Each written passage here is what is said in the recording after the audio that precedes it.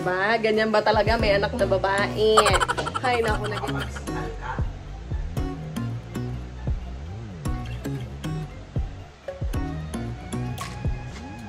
galit pala ko. Kasi actually, ano yan eh. Dapat talaga yung mga ganyang ugali ng bata, kino-call out. Sometimes, imbis na sana mapabilis, mas lalo pang nadidelay dahil nga, diba? Merong mga bagay na hindi nagagawa ng tama si Cloud. Talaga, wala. Katigil. Sabi niya, Papa, papagbigyan niya daw ako. Papagbigyan niya daw ako mag-gaito. Pag naka-guess daw ako na-black. Halika dito. Kaninong sandals yan? Kay Mami. Angatin mo. Wag. Angatin mo. Natanggal Patingin ko na ako. yung isa. Tingnan niyo naman kung gaano kalaki. Gusto niya suotin. Bakit naka-crunch naman ako kaya hindi masyadong sita. Skyler talaga. Kung ano lang naiisip mo. Pag ito maluwag sa akin, hiram ako kay Tita Aileen. Ano? Ganun na din kataas. Yung parang kay Tita Aileen. Ganon kataas. Pero kasi laki ng paa mo. Hindi nga, kasi laki ng mukha. Diba? Ganyan ba talaga may anak na babae? Hay, naku, naghihiraman na kami ng damit. Actually, to be honest, hinahiram na ni Skyler mga iba kong damit. Sinusuot na niya. Tapos pati mga sapatos ko, gusto niyang suotin. Pati nga yung sandals ko eh. Hindi lang talaga kasya eh. Pero kung kasya yan, nagkataon na maliit ang paa ni Mama. Naku, suot niya talaga yung mga sapatos ko. Bag ko, ginagamit niya na rin. Bag ko, pabango ko, damit ko, sapatos ko, kaya lang hindi kasya. Gamit niya. Pati mga accessories ko. At makeup. Unang-una, makeup. Halika dito. Halika, dali. Bilis, may papakita ako. Ano nakita mo nakalagay sa face ko? Lip tint. Ano pa? Ano niya ba yung tawag yan? Yung pa ganun? Ano pa ganun? Wala nga nakalagay sa kilay ko eh. Hawakan mo. Tignan mo kung magkakakulay ang finger mo. Ano? Wala masyado. Wala nakalagay, di ba? Ano lang nakalagay? Lip tint tsaka pimple. Yan, ano nakalagay? Lipstick. Tapos, ano na ba? Mascara. Mascara. Tapos yung parang pampag-glitter. Highlighter. Highlighter. And glitter sa eyes. Eyeshadow. Ilan yon? Madami. Bakit ang dami? Siyempre, ganun pag babae. Bakit ikaw din naman pag aalis ka sa mga malalaking, nagme-makeup ka din naman, di ba? Mas madami pa nga sa akin, di ba? Gusto mo talaga matulad sa skin ko? Bahala ka. Ang tigas ng ulo mo. Ano ka na? Mag-shoelace? Higpitan mo. Sky, wala kang medyas? Hala, yung isa kong paa may medyas yung isa. Ala! Yan, sige. Makeup pa more. Kailangan ko kasi ako kaya hindi talaga ako nakapag-medya. Makeup pa more. Asa yung kasi mag-high heels, guys? Hello. Hoy, ikaw naman next. Ayusin natin hair mo. Dali. Meanwhile. Hi, Nanay Connie. Andiyan sila, oh. Hello po. Oh, hi. Happy New Year. Pasilugan ko na yung Happy New Year. Ano oras po ang start, Nay? 5. O, di ba? Christmas party ng mga senior citizens. Ayan, nag-aayos sila. Grabe, ang daming pag-giveaway, Grabe, ang dami, Kuya, ang dami, Makaka-take home. Wow, ang dami. Pinapunta ko nga sila Mama din. Ang ganda, Pupunta dito sila Mama, mamaya. Ang dami. So, syempre, sponsor, si PM, tsaka si Alfred Vargas. Diba?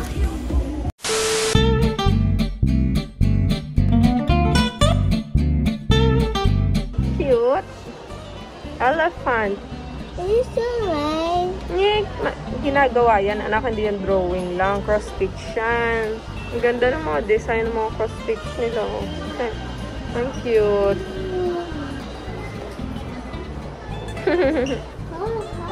House, no? Oh, yan yung mga miniature house na ginagawa. Ang cute. May ulam. So yan guys, nandito kami sa SF Fairview. Nandito kami sa Stitch Moments kasi merong ipapa-frame si Jet na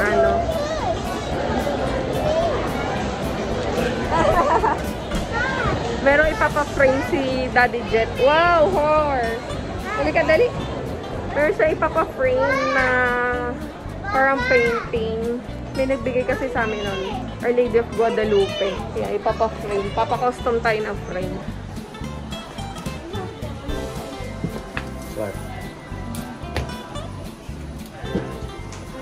Ay, meron ng BLK dito guys. Yung black na, yung charcoal yogurt. Liver maka. Thank you.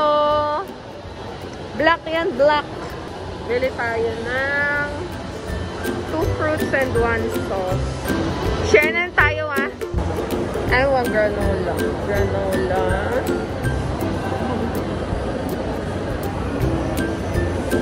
O yun kaya. Ano kayo mas masarap? Yung granola o yung antioxidant snack?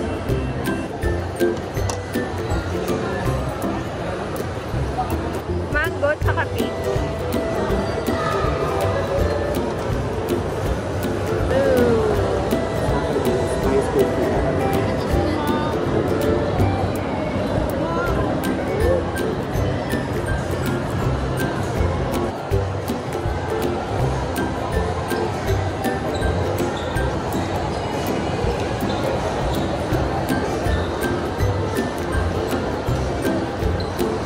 Wow! Share tayo Dali, Sky, kunin mo na yung nasa taas. Wag na, ganyan na. Look at Skylar's mouth. Look at Skylar's mouth. It's black. Gawi, dali. Hurry up. Oh! Can I one more?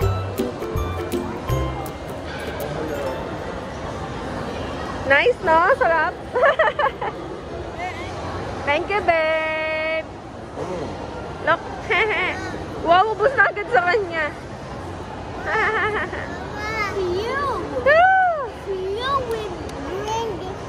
Thank you.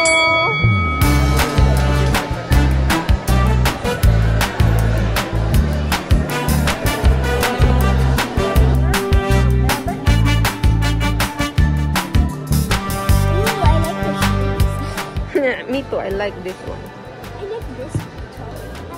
Oh, pang Wednesday, Shut the Wednesday. Wednesday, Sky.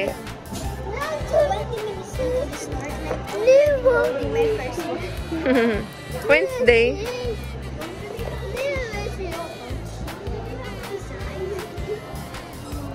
Ate, pang bigyan. Nahihilig si Skylar sa mga ganito. Sorry. Yeah, nahilig siya sa mga ganito. Yung mga long sleeve na ganito yung tela. Pang pang winter. What, Cloudy? Hello, nga parang kaparehas kay mama. Imagine you were wearing that toy today and you saw that they have sold it. Mom, they have the shoes that you want. Oo nga. Mom. Hala, ang cute. Para ka regalo. Ito, Sky. Mama. Ooh, you don't really that my type. Mama.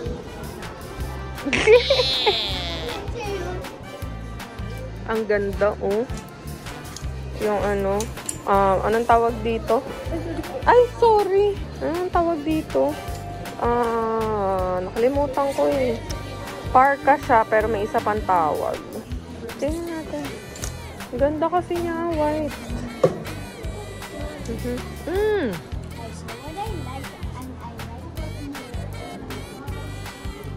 Haha. Cute, no? Wow, it's so soft. Yan, bibili kami nila Sky ng mga organizers ng mga ipit. Ayan, ang ganda kasi nito guys. Kasi marami siyang compartment, tsaka may isa siyang mahaba sa gitna. So, yan. Kumuha ako niyan dalawa. That's only 88 pesos. Tapos ito, 75 pesos naman. Kaya lang manipis kasi, kaya nagdadalawang isip ako. No, diba? Yan, mga ipit ni ate, dito natin lalagay. Yan, hindi ko nga alam kung kasya dito ipit. Pero yan, kuha tayo niyan dalawa. Okay na. Get na, pati ito. Yes. Bakit? Kunin mo muna to, oh. Hirapan na yung kapatid mo. Makatayo. Yan. Siya na daw. Anak, siya na nga, help ka nga magdala. Sungit pa yan. Hine-help ka na nga. Tingnan mo, oh. Halika na, bayaran na natin. Dali, baka mag-start na yung movie. Come on na.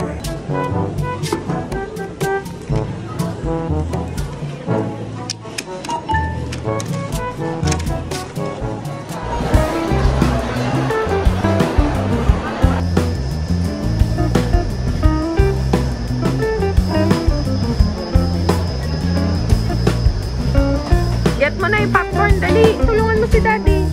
Get the one. Case kayo isa. Wow. That's so big.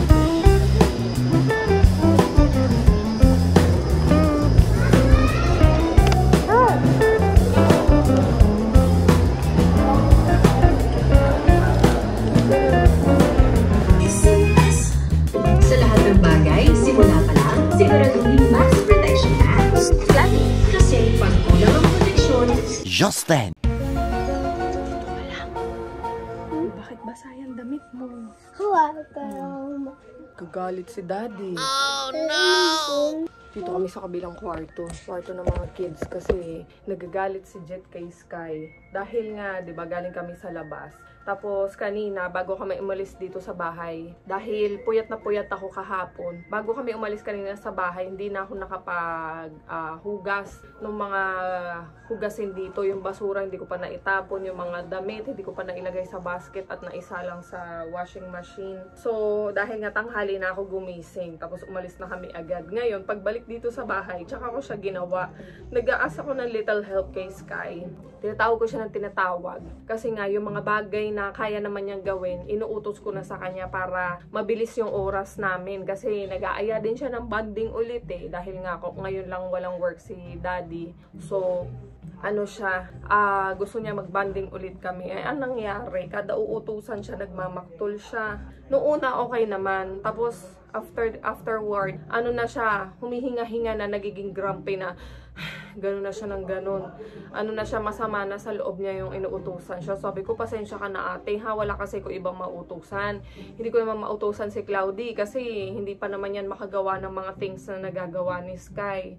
Ang mangyayari niya, pag inutusan ko siya, uulitin ko din yung trabaho na inutos ko sa kanya kasi it's either hindi niya magawa ng tama or worse, mas dumami pa yung trabaho pag ginawa niya. Kaya si Skyler yung pinapakiusapan ko. Tapos yun, bandang huli, nag-ano na siya, nag-grumpy na siya. Kaya ayun, pikon si Jet, nagalit. Kasi sabi niya, wala tayong katulong dito. Natural, ikaw ang uutusan ni Mama. Kasi ikaw yung able mag-help. Kanya-kanya tayo ng work dito sa bahay. Kasi ang akala niya, siya lang yung nahihirapan eh. Kaya ayun, kinakausap ni Jet sa kabila.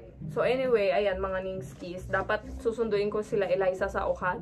Kaya lang pagtingin ko sa oras, ano na din, 10:30 na din. Ang tapos nila doon 11. So, minessage ko na lang si Eliza. Sabi ko magsarado na sila. Tapos, sumakay na ng pauwi ng Quezon City. Kasi, sabi ko baka abutan sila ng maraming pasahero. Di sila makauwi. Pero worst comes to worst, di sila makauwi. Dahil wala silang masakyan na bus. So, ipapag-grab ko na lang sila. Grabe talaga yung ngayon guys, yung rush hour. At saka yung volume ng mga sasakyan sa kalye. Yung Skyway napupuno na siya. Hindi na siya express. Para na siyang service road. Sobrang dami yung sasakyan. Ano ginawa mo nung umaga? Oh. Oh. Tapos? Oh. Tapos? Oh. Tapos? Tita. Sige, nakita. Oh. Tapos? O saan ka napagod? Naglakad. Napagod ka maglakad. Ha? O, in the first place, pwede naman sana tayo dito sa bahay. Di ba? Pero pag lumalabas, pag kinaiwan ka dito sa bahay, sabihin mo, labas tayo dati, labas tayo, alis tayo. Pwede ba ako sumama? Pwede ako sumama.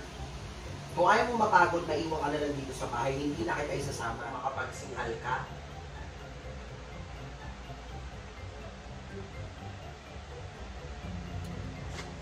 Galit talaga. Kasi actually, ano yan eh. Dapat talaga yung mga ganyang ugali ng bata, kino-call out. Hindi porke bata sila, hindi sila pwedeng utusan. Hindi porke bata sila, yung amount na ginagawa ng mga kids, hindi mo siya pwedeng bebehin, kumbaga ganon. O parang ano lahat, yung nakabigay ka na lang lahat.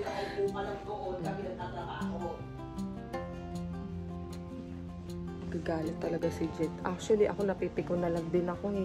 Kaya lang ayoko na lang talaga kung, alam mo yun, talagang nakakapagpigil pa ako kahit papaano. Halika dito pa. Oo, halika, pasok. O sige, sarado mo. Sarado mo, magagalit si Papa. Sige tayo susunod. Sige, so, ayun guys, ganyan, kailangan talagang disiplinahin na si Skyler. Kasi hindi pwedeng senyorita siya dito sa bahay na to, lalo-lalo na wala naman kaming katulong, wala kaming helper para gumawa ng mga bagay na para sa kanya. Lalo-lalo na ako. Ako lang halos talaga lahat gumagawa dito. Si Daddy Jet, pinapabayaan ko siyang mag-work at saka magtutok sa pag-i-edit ng videos. Dahil ang household, ako talaga ang nagmamanage at saka mga kids. 'Di ba? Meron pa tayong mga side duties on the side. Side duties on the side. So, sabi ko, siya lang talaga maaasahan ko. Yung ganyang ugali niya na hindi dapat siya part ng mga trabaho dito sa bahay, hindi pwede yun dito sa bahay namin. Kasi gusto namin, nagre-raise kami ng mga kids with fairness and equality. 'Di ba? So, kung ano yung mga ginagawa ni Mama and the kids can help, gagawin nyo. 'Di ba? Like si Cloudy, yan. Si Cloudy ang nagtatapon ng pupo ng mga dogs. Yun. Meron kaming dustpan na maliit saka brush na maliit. Yan. Si Cloudy yan. Oh, wala na si Chiro, no? Opo, sige yun. And then, sometimes, si Cloudy rin, naglalagay siya ng water sa pitchel. Ayan. So, yung chores dito talaga sa bahay, hinahati ko sa aming tatlo as much as I can. Kung kaya ko lang gawin lahat, hindi na ako mag-aas ng help sa kanila. Kaya lang, I can only do as much. Sometimes, imbis na sana mapabilis, mas lalo pang nadidelay dahil nga, 'di ba? Merong mga bagay na hindi nagagawa ng tama si Cloudy. So, si Skyler talaga yung takbuhan ko pag ganyan. Kaya lang, there are times na minsan ang mga bata feeling nila hindi dapat sila inuutusan kasi bata pa sila. Which is very wrong. Hindi namin tinotolerate dito sa household namin yung ganong ugali. Especially, hindi naman kami mayaman. Wala kaming katulong. Wala kaming helper. At unang-una sa lahat, family kami. Dapat unang-una sa lahat is involve ang lahat. Hindi pwedeng parents lang ang involved. Involved din ang mga kids. Kaya yun guys, naku, medyo, nandito na kami sa phase na si Skyler is medyo, 'di ba? Medyo, nagkakaroon na ng mga, mga ugali. So, sige. So, as early as now, talagang gusto ni Jet na i-break na yun. Tanggalin na yung ganong ganong pag-uugali niya. O, di ba? Saan ka ba naman nakakita? 5 years old na yung bunso ko, bini-baby wear ko. Kasi clingy nga. Come here. Alam mo bakit pinapagalitan si ate? Alam mo bakit pinapagalitan si ate? Bakit? Kasi po. Ano? Bakit? Si Papa. Bakit nga nagalit si Papa kay Skyler? What do you think? Bakit nagalit si Papa kay Skyler? Bakit nga? Na si Papa Ha? Na si Papa Bakit nga nagagalit si Papa kay Sky? Ha? O diba? Ano po? Laban pa natin. Kalahati na. Laban pa? Yeah. Wala na. Kalahati na.